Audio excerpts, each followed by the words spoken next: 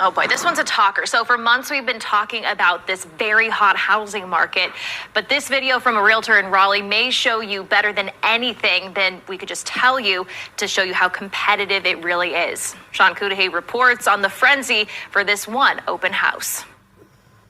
It was really, really chaotic. Ann lives in Raleigh's North Farms community and could not figure out what was happening on her street Tuesday evening. They were double parked in the cul-de-sac. The yard looked like they were having an auction because there were people everywhere, you know. But no, not an auction, just an open house for this 1,400 square foot, 3-bedroom, 3-bath listed at $260,000. $260K, 1,400 square feet, 3-bedroom, 3-bath. And listen, man, they better sell it to a Sun person, man. Because if a Sun person don't get this, man, they gonna say it's racism in the housing market. And I'm telling you, man, these gliders who live in this neighborhood are praying to God. Trust me, I live around gliders, man. Older gliders, too. So they speak, older gliders kind of like, they're not rude, but you know how old people are. They just very, expressive, unfiltered. When I talk to some of the older gliders in the neighborhood, sure that this neighborhood sure is getting really sunny lately. It's getting louder, getting dirtier, getting,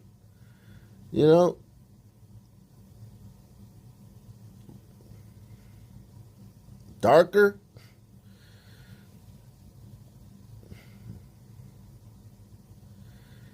And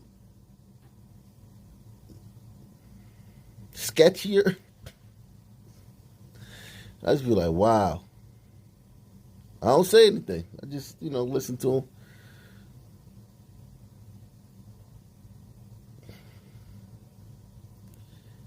I'm telling you, this woman goes to sleep and before she lays her head on her pillow, she prays to God this house is sold to a glider.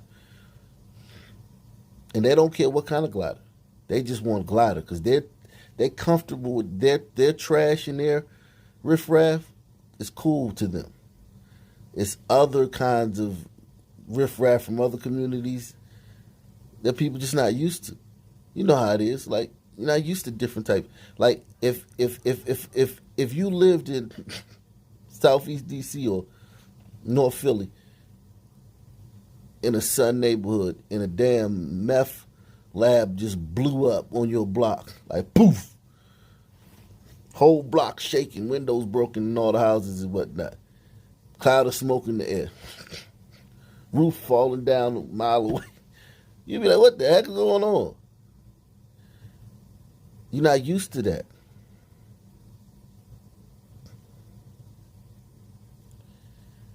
Same with them. Bunch of dudes hanging out on the corner, walking in circles and grabbing their junk and spitting loogies everywhere, talking loud. They not used to that. And shootings and another shooting and another shooting and another shooting. I mean, they not used to that. Everybody prefers their own kind. They were double parked in the cul-de-sac. The yard looked like they were having an auction because there were people everywhere, But no, not an auction, just an open house for this 1,400 square foot, 3-bedroom, 3-bath listed at $260,000. And I just want you to take a look at all of the people. It was so busy, one realtor who had brought her client to look started filming. Absolutely insane. The line goes all the way in the back. The realtor behind the camera, People were frantic. Monique Edwards. They just wanted to make sure there was no holes in the walls, ran upstairs, and then said, okay, I want to put in an offer. Well, certainly that video is jarring to see. Realtors tell us it's something they see happen all the time these days. So, this sister has overcome the system of supremacy and racism. And systematic, disproportionate, this, that, and the third. Congratulations, sister. How did you do it, man? But I guarantee if you interviewed her, she would just talk about, like, police brutality or something. You would ask this woman about, yeah, sister, so how can I get like you? You like, oh, you can't get like me because the system is going to hold you back. But she made it. Well, certainly that video is jarring to see. Realtors tell us it's something they see happen all the time these days. I wasn't surprised at all. Edwards hopes this shows When we say that there is a housing crisis, we really, really mean it. a crisis for housing under $500,000. They have jobs, they have families, they've got a good income, but that middle housing is where our supply is really, really horrible. When you realized it was just an open house, what'd you think? I just went home and thought about selling my house. Told you. And this isn't just from this one thing. She probably sees her neighborhood demographics changing because even though there's a lot of gliders at this open house, I'm sure she sees, like, we're everywhere. Everything's mixing up. Like, there's no all glider communities anymore. Just like all sun communities were changed, went away in the 2000s with gentrification. So there were, man, I grew up where you never saw. I went to school, public school, and I never had a glider classmate. Never, not one. It was one mixed girl. So people segregate, self-segregate. All groups self-segregate if they can. But gentrification changed that in the 2000s for some people. So we had to get used to living around gliders. You know, them building apartment buildings, cranes in the sky. You can't even see the sun. So many cranes in the sky with gliders coming around. Houses getting fixed up.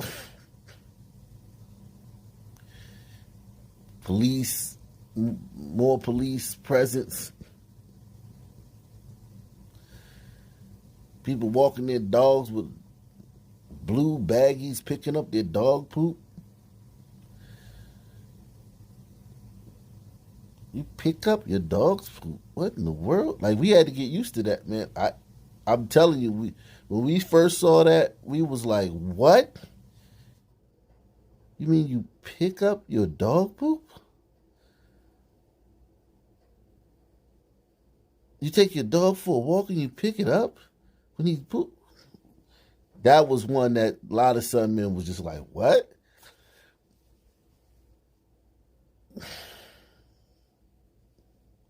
The neighborhood meeting, the neighborhood town hall meeting, or whatever meeting you have to discuss neighborhood politics, you know, we're just gonna put a stop sign here, or this bar's gonna get a liquor license, or this street is going to be marked a historical landmark.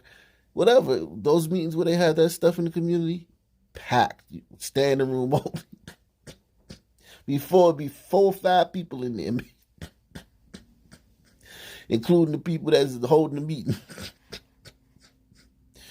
Now, standing room only. Everybody got something to say about what streets need more police presence, which street needs the potholes fixed, and which street needs abandoned property is an eyesore and needs to be taken care of by the city. Is standing room only. Trust me, I've been to them joints, man. Before and after gentrification. Standing room only was gentrification. So we had to learn how to live around gliders. Now y'all gonna have to learn around live around some people, man. When you realized it was just an open house, what'd you think? I just went home and thought about selling my house. Seriously, though, not playing that game. No, thank you. That was Sean Cudahy reporting. That home went on the market for 2 days, and then now it's already under contract. No surprises there. Daniela, this is a very odd case with a lot of shocking details. That suspect, Andre Thomas, sits in a Harris County jail.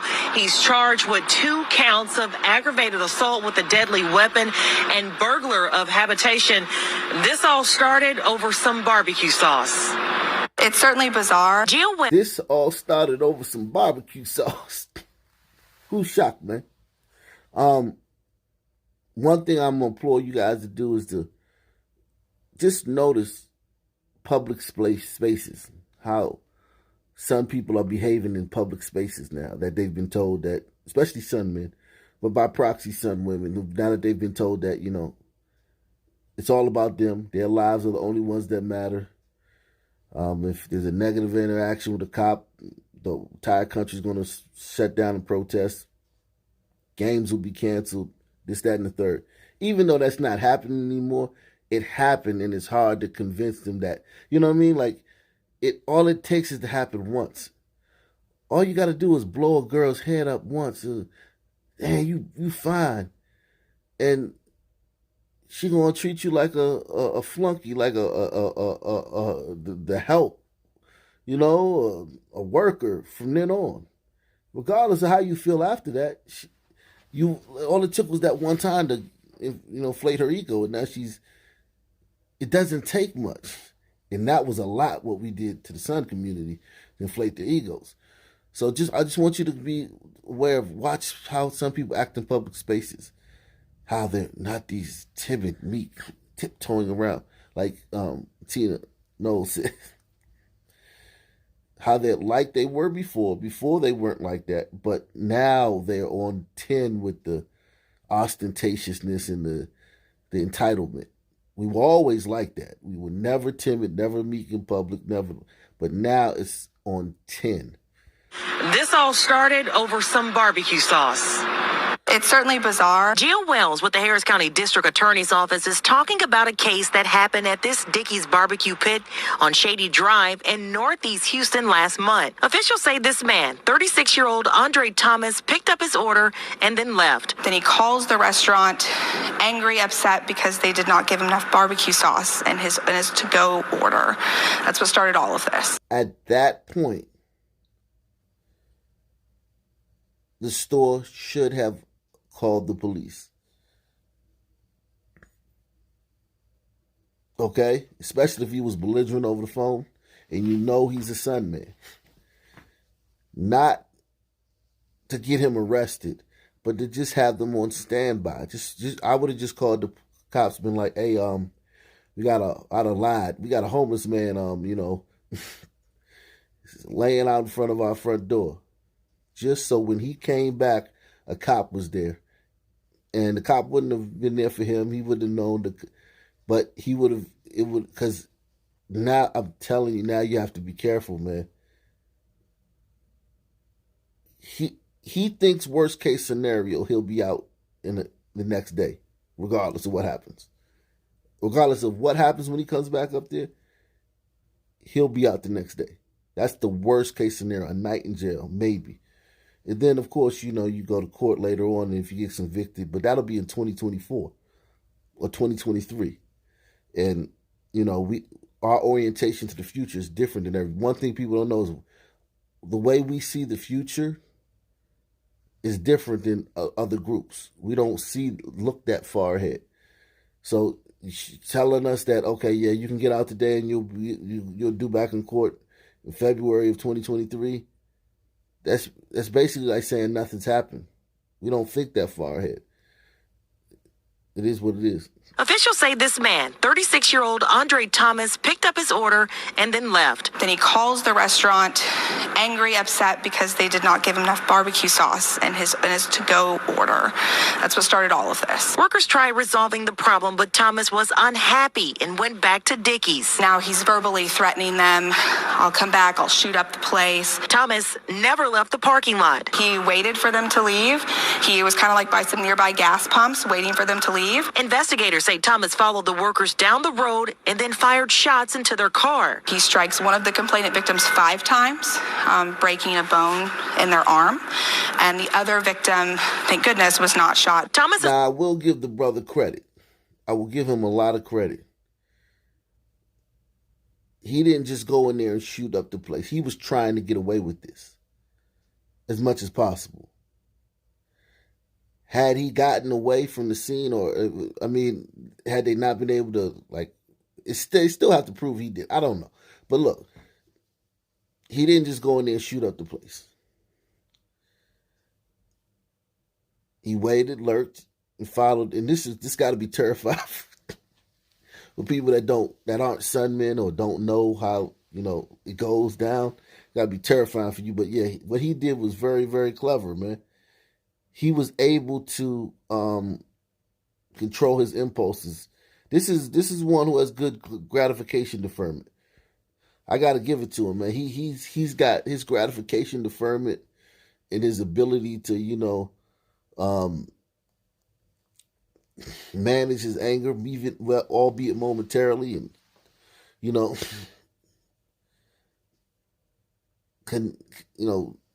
plan is astounding. It's astounding how good you can plan things when you have gratification deferment.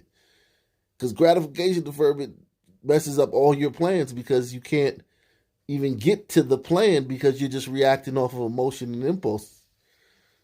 He waited for them to leave.